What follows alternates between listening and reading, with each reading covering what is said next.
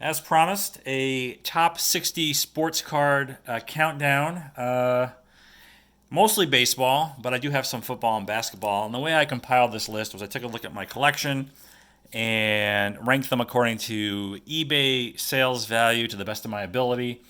I mean, some of these could easily be flip-flopped, and depending on what day of the week the card is sold, maybe it should be ranked in a different spot. But for all intents and purposes, it's a fairly accurate list.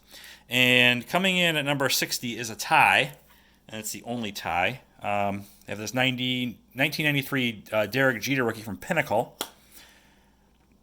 And you'll start to see his cards. If they aren't already, I haven't been paying attention, but these should start creeping up more as he gets closer to the Hall of Fame. And this one is a tougher one because of the black borders. I want to say I paid about $270 for this card. And then tied with it is the George Brett from 1975 and an 8. Now, I remember paying $300 for this, which I think it still goes for about that, sometimes less, depending on the centering. And so I did pay a premium for the good centering on this. And it's definitely one of the key cards from the 1970s. Moving on, in 59th place is my 1964 Pete Rose All-Star Rookie. Second year card, but this is my favorite Pete Rose card. And I like it much better than the Floating Heads Rookie. But this one is notoriously difficult to find with good centering. And so I think I did a good job here with this. And yeah, maybe off slightly top to bottom, but left to right, it looks pretty good. And this one, I think, ran me about, I think it was $299. So much less than what a PSA 7 would go for. Typically, the half grades, you know I love them. They go for about half of what the next higher up grade would be. So like a 6.5 is about half the price of a 7, typically. And then like a 7.5 is usually half the price of an 8, typically. But I can swing one way or the other depending on the player.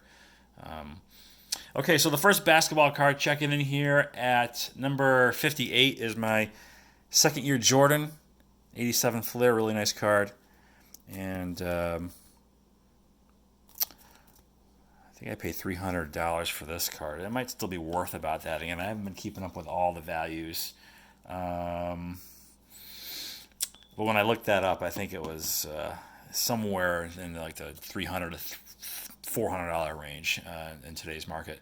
Okay, so the first Nolan Ryan card, I got a few that are going to make the countdown. Here's a 69 top, second year. And again, another half grade. And this one ran about $250, I think, when I bought it. I forget when. And that is 57. So number 56, a more modern card. 2011 Topps Update Jose Altuve Gold. And I think I did well on this one because I picked it up for around about $100. And I think when I was looking up these values, it was somewhere in the $300 to $400 range now, which was surprising but good. And this guy definitely is a hits machine. But, you know, every good player is always just one domestic violence incident and or PED suspension away from plummeting card values, right? So hopefully none of that happens to any of these cards that I'm showing, at least the modern ones, right? And I have a few modern issues in here. Moving on, 1980 Topps Henderson rookie, PSA 9. During the big run-up in card prices back in, was it 2016, this actually was selling for in the $700 to $1,000 range. It has since come back down to reality. I think it sells for around $350-ish, $350 to $400. And I think I got this for under $3 whenever it was that I bought it. My memory escapes me. Okay, the first of several Mickey Mantle cards in this countdown. This is a 68 Topps. Now, since I picked up the 52, somebody asked me or recommended I do another Mantle video. But you know what? I'm not gonna do that anytime soon. I made one 3 years ago, and there's only so much I could say about the cards over and over again, but you're going to see a lot of the Mantle cards in this series of videos. Not all of them, but most of them. And then at some point, maybe a couple years down the road, as I acquire a few more of the Mantle cards to fill it out a little more, I might do another dedicated Mantle collection video. But for now, you just see what I have in this series of videos. So 68 Topps and a 7. I think that cost me $250, whenever that was. kind of rings a bell a little bit. Okay, another Nolan Ryan, 1970 tops. And it was when I was picking up these earlier Ryans, I started thinking, why not just go for the whole lot of them? And that's what I'm in the process of doing, as many of you know if you follow my channel. And I've almost completed that. Okay, this is another Derek Jeter. This is a Stadium Club Murphy from 93. And up next is a card I like to jokingly refer to as Han Solo in Carbonite. This is the Henderson second year and a 10. These 80s, 80, 81, they're hard to get in 10s. The cardboard that they were printing on is just so soft. Okay, the first football card in the countdown, my Peyton rookie. Nicely centered. This one's also tough to find with good centering. I think this one's decent. Top to bottom might be a little off, but... Okay, now moving on. I'm not sure what position I'm in, but I have another Mickey Mantle card coming up here. This one is going to be what? Coming in at number 49, the 63 tops Mickey Mantle. 6.5 half grade. Back when I started that whole collecting journey, I was going to go for all 7s in the 60s, and then as far back in the 50s that I could afford, but then things kind of changed as time went on, and when I thought I got a better value for the half grade, I jumped on it. And it worked out well for the most part, but it did break up the consistency I was trying to establish, getting the Mick in all 7s, at least for the 60s. Here's another Mickey Mantle, 54 Red Heart. One of my more recent Mantle pickups. I probably overpaid for this one because I was near the finish line of collecting his cards, and I want to say I paid $600 for this.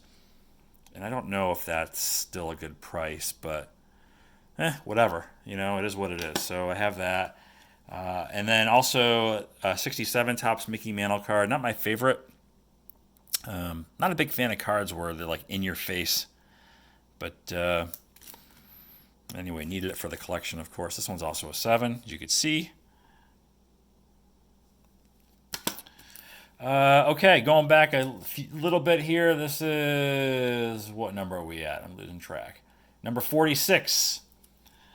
1948 Leaf Joe Dimaggio. Low grade. I noticed that the surface is kind of odd when I got this card. It's just a really weird surface. Now this one I do remember paying like $475 like several years ago, and I think it's worth that still, maybe less.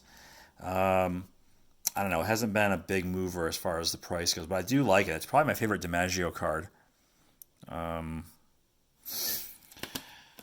So there's that. This next card actually was tied for 60th when I put this list together, but then I went to check on the price the other day, and it bumped itself up to, where are we?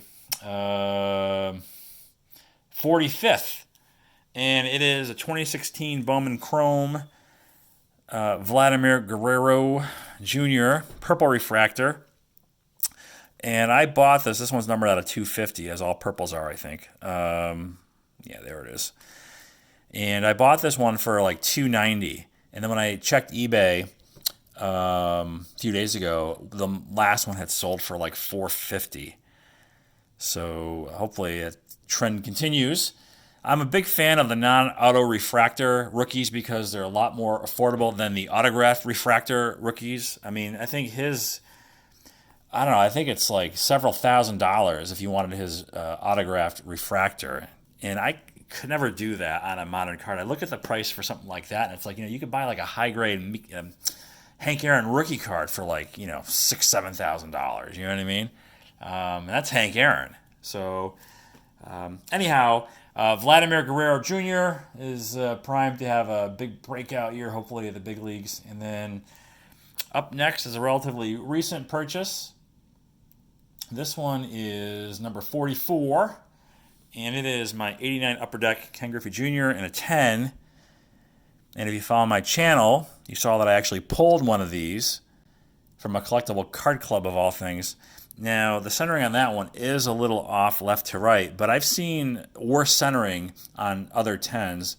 My Corey Kluber rookie, for example. So, if and when I get around to joining PSA, and I've been saying this for years, it's inevitable, but that definitely will go in my first submission. So, big card of the 80s, this Upper Deck Griffey Jr. And that puts us where? Number 43.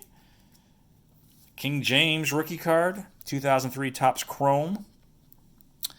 And I recall I bought this, I think it was, I want to say it was before April of 2016. Is that when the Cavs won it? 2016? Or they went to the finals that year? Anyway, at the time it was about a $150 card. I think nowadays he's running closer to $500. And then 10s are like, I think, $1,000. So. Okay, and then this one is going to be number 42. Roger Maris rookie. Picked it up a long time ago. I think I paid $350 for this. I might have gotten it from David Adams Card World on eBay. And this one is held pretty steadily, I guess, over the years. Does have nice centering. Maris rookie. And then finally for this video, coming in at number 41 is my Topps Mike Schmidt rookie card and an 8, and it is legit. The case is not compromised. I had bought it. I think I paid like $470 for this card, or $370. It was a deal all the time because they were selling for like $500-$700, and I was the only bidder. Had a crappy image, and it was kind of like a low feedback seller, and so yeah, I was surprised no one else jumped on it, but I did, and I'm fairly certain it's legit. I can't open the case, so that's a good sign. So that's it. That's going to wrap up the first part of my top 60 countdown. Cards number, I guess, 61 through 41. And next up will be the next 20. I'm not sure when I'm going to get to that, but stay tuned for that. And as always, thanks for watching. I'll talk to you next time.